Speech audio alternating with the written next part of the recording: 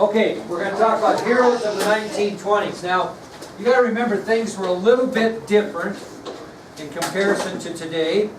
So some of these feats may impress you, some may not, but they're pretty impressive, especially for the time period. Now, heroes are people that we kind of look up to, and most heroes are probably made during wartime. People that do gallant things during war, put their life on the line. These were a little bit different types of heroes, and this is where celebrities and heroes kind of started in America, and that was in the 1920s. So many of our heroes were established during this decade. And what helped create instant heroes in the 1920s that they didn't have prior to that, you think? Well, radio. Radio went into millions and millions of homes, and so people became more accustomed to these names, thank you very much, through radio.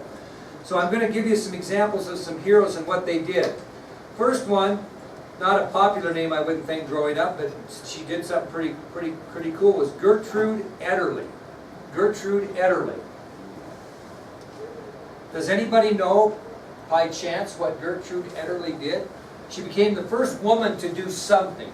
You should know this, and so should you.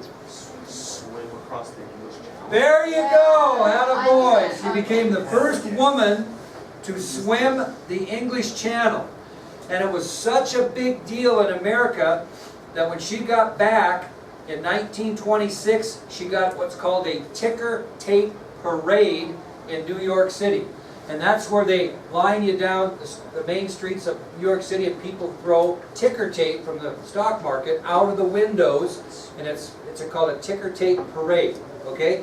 So Gertrude Ederle in 1926 became the first woman to swim the English Channel, and she was given a ticker tape parade upon her return in New York City. Now this, yes? Well, maybe. We'll see how your grades are panning out. Another name you should be familiar with was Charles Lindbergh. Charles Lindbergh. Anybody know what he did? Very good. Very good, Cody. He flew from New York to Paris across the Atlantic Ocean non-stop in 33 hours. So Charles Lindbergh, and he did this in 1927. He flew from New York to Paris across the Atlantic non-stop, obviously, in 33 hours. So he becomes the first person in history to fly solo across the Atlantic Ocean. 33 straight hours. Now, what might you know a little bit more about Charles Lindbergh that really doesn't make him a hero, but something happened to him? His child was kidnapped and murdered. Yeah, it was a big thing. The FBI was involved. J. Edgar Hoover is a big deal. We'll learn more maybe about that later. Well, President Wilson was so impressed with Charles Lindbergh's accomplishment, he sent a warship to Paris to bring both Lindbergh and his plane back to the United States. And he also was honored with a ticker tape parade in New York City. So President Wilson sent a warship to Paris to bring Lindbergh and his plane back, and he was honored with a ticker tape parade in New York City. Now, with this ticker tape parade, they estimated that street cleaners swept up approximately 1,800 tons of paper after the parade. 1,800 tons of paper. So when the parade was over for Charles Lindbergh, street cleaners swept up an approximate 1,800 tons of paper. What's the name of his plane? Anybody know? Spirit of St. Louis. You know where that plane is today? It's in the National Air and Space Museum, which you will see when you go there to Washington, D.C. Do you know anything about what he did to stay away? Like, I really want to go. I know some drugs weren't as big of a deal back then. Well, I'll tell you what I'm going to do, Mason, because you are the man. Tomorrow, we're going to assign biography topics that I want you to do while I'm gone. I'm going to give you Charles Lindbergh. How's that? Happy birthday. No, and you can tell us that. That's great. That's better than politician. That's right. Well, I'll give you Charles Lindbergh. Remember that. Okay. Now, I may send Megan a picture of that plane back from D.C., so get your phone ready. I may go take a picture just for you guys. All right, here's some other heroes, and I'm going to get back to what Mason said. A lot of these heroes, the rest of them here, are going to be sports heroes, where sports heroes started to kind of get on the map. The first one was a guy by the name of Barney Oldfield. Barney Oldfield. And his hero status came as a famous automobile racer.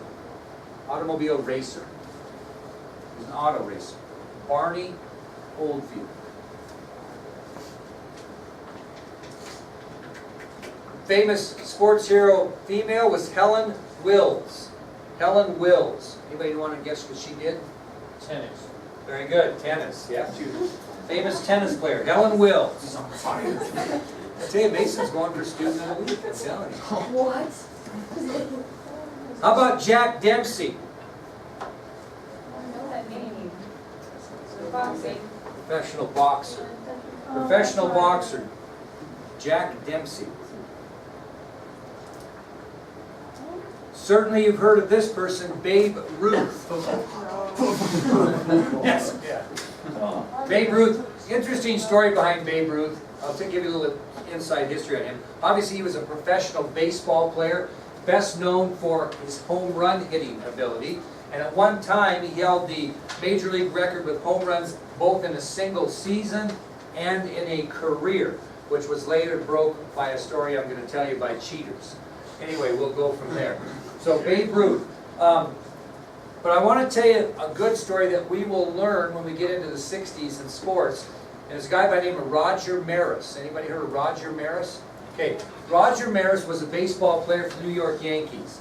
Babe Ruth was he started his career with the Boston Red Sox, and they traded him to the Yankees, and that's the curse of Boston, why they never won a World Series for 100 years. It was the curse of the Babe, because they should have never traded him.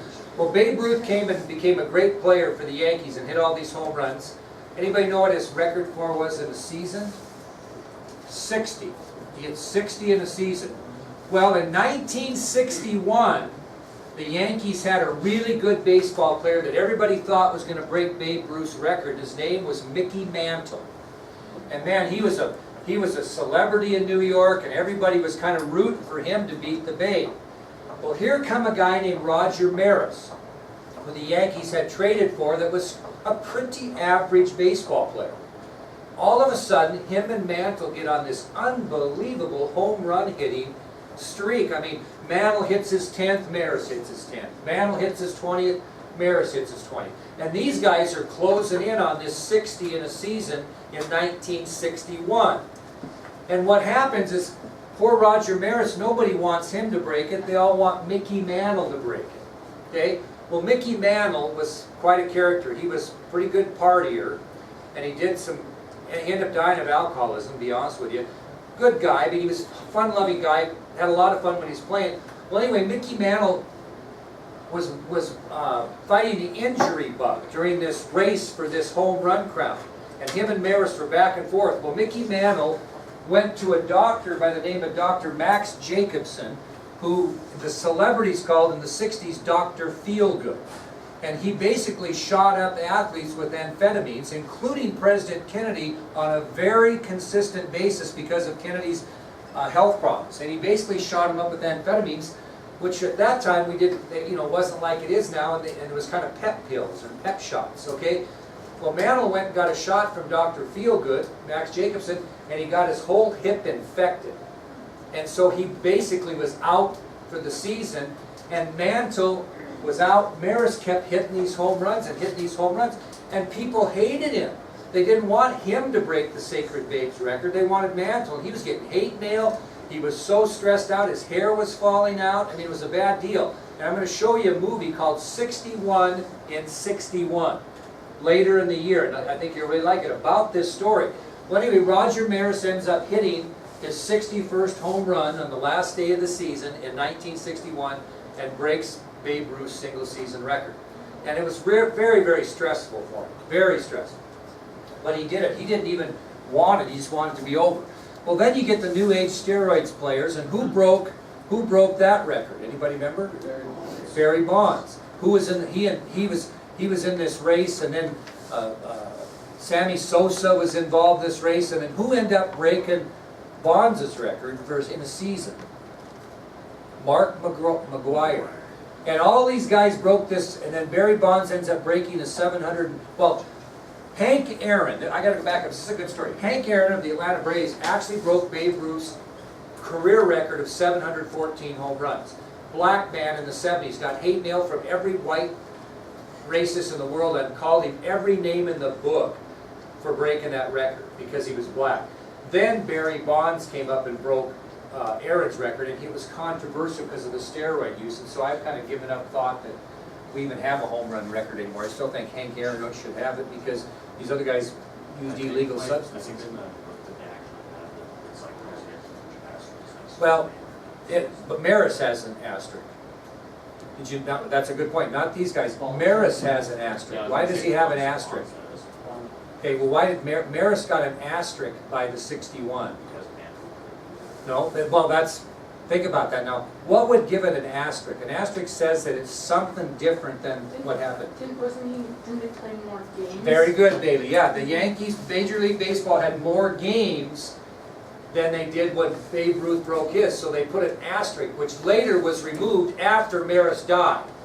But it was a crock because all these NFL records now, it used to be a 12-game regular season, now it's a 16-game. They don't asterisk all these records now, and it is a little unfair, 12 games compared. The big thing in football is you rush for 1,000 yards. That's a big deal if you're running back. Not such a big deal now because you got 16 games to do it. They used to only have 12.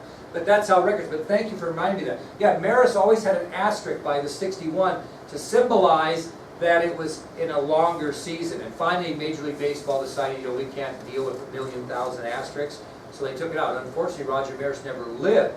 Now, when Mark McGuire hit the home run, number 62, that beat Roger Maris's record, I still have that on videotape somewhere, I'll have to dig it up, on live TV. The Maris family was there to witness it, but then the steroid controversy came up and everybody said, oh gee, that should have an asterisk, you know what I mean? But we'll see. I'm pretty sure Barry Bonds has it, and then like Roger Clemens has one.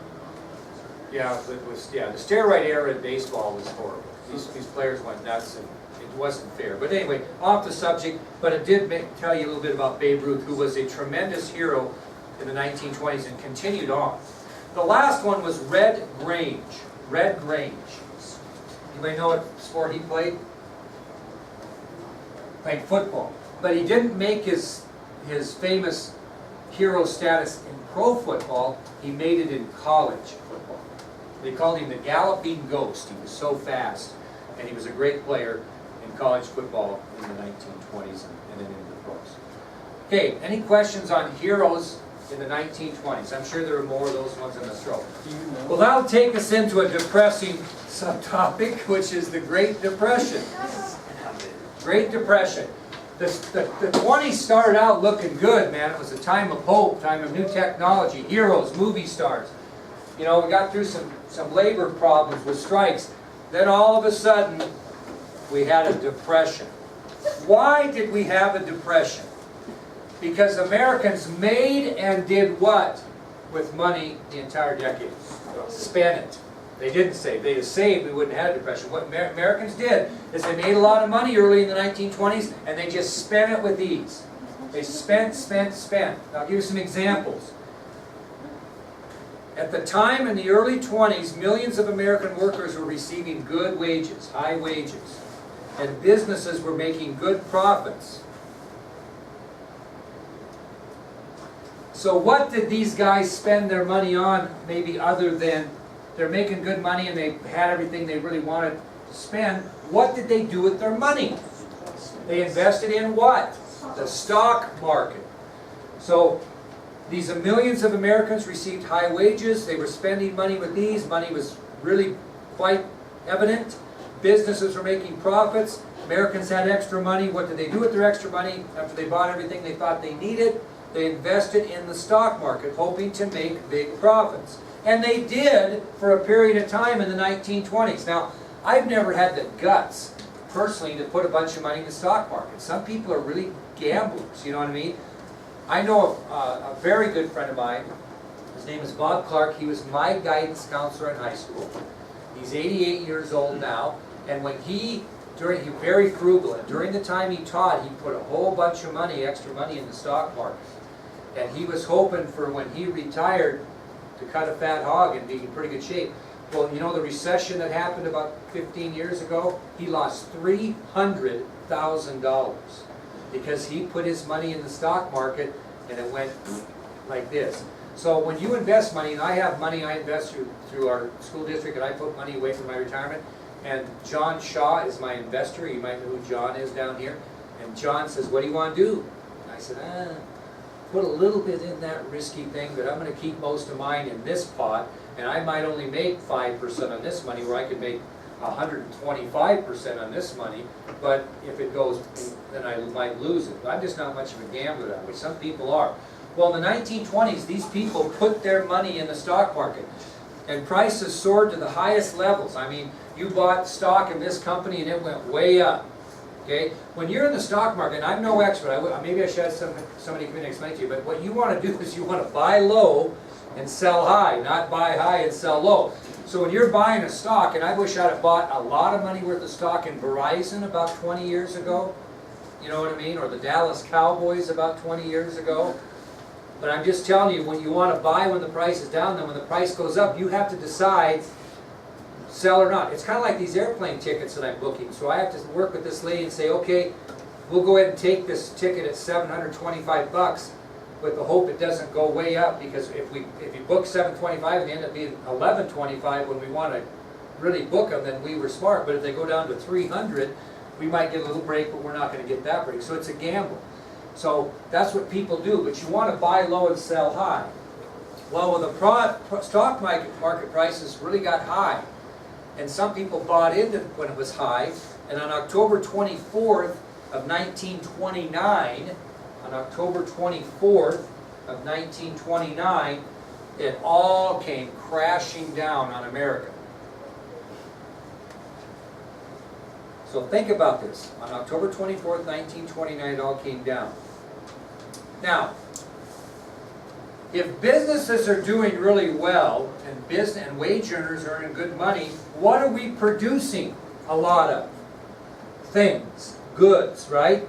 What happens when you produce too many goods? In other words, you produce more goods that's set in the warehouse than can be sold. That's what happened, is these factories kept producing these goods. They were paying workers good money to produce them, and pretty soon they got to a point late 1929 that there were more goods in the United States being produced that could be sold. That's when your stocks go from here to here.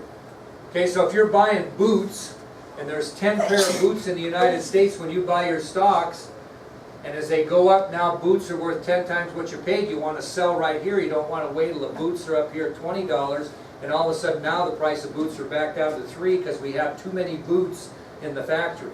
And that's what happened, is that Americans who had invested their money in the stock market, when that stock market crashed on October 24th of 1929, they were about to take tremendous losses. That's what happened to my friend that was the guidance counselor. He took tremendous losses because the stocks that he bought at a higher price went. Okay? So prices sank to an all-time low.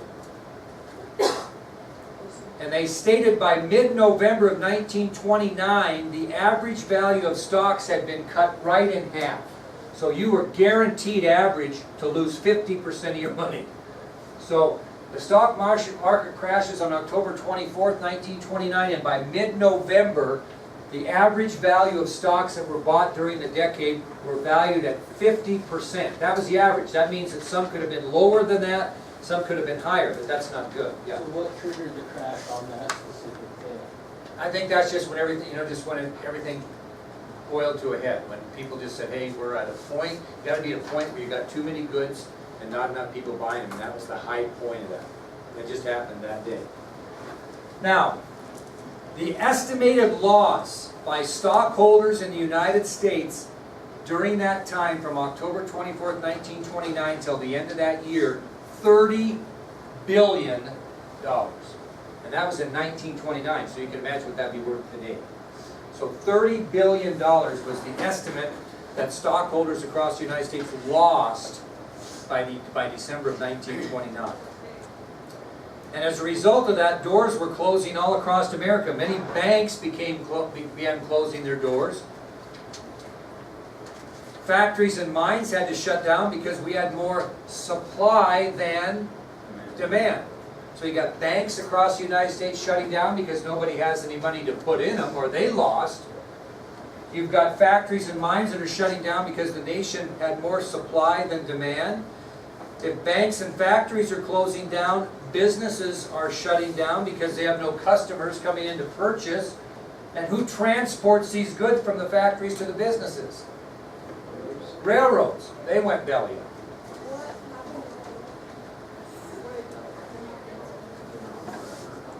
Your dad could be a guy I should get in here and talk about that. Yeah, well, no, not necessarily, but he'd be good. He might be a good one to bring in and talk to. But what happens when the value of money goes down? You're in a position where people, okay, let's say I've got what I think is $1,000 worth of silver, but now it's only worth $500. Well, you're going to say to me, well, I'll give you $200 for that, and I'm hurting because I don't have any money. So the chances are I'm going to take that $200. Yeah, who does that type of thing? We talked about it before. It starts with an S. Salesman. Speculators do that, okay? But money becomes worthless, okay? And I don't, I'm not a financial wizard enough to know that, but might be a good idea to either ask your dad or I'll see if I can get him to come in here. But the domino effect is banks close, factories and mines close, businesses close, railroads shut down. So the country comes to a horrible standstill. And what's the main thing? There's no what for people? Jobs. So the unemployment rate becomes the biggest problem in the United States at the end of 1929. If you have unemployment, you got fewer customers. If you got fewer customers, you got less production. If you got less production, you got more unemployment. It's just a vicious circle. So again, if unemployment happens, it means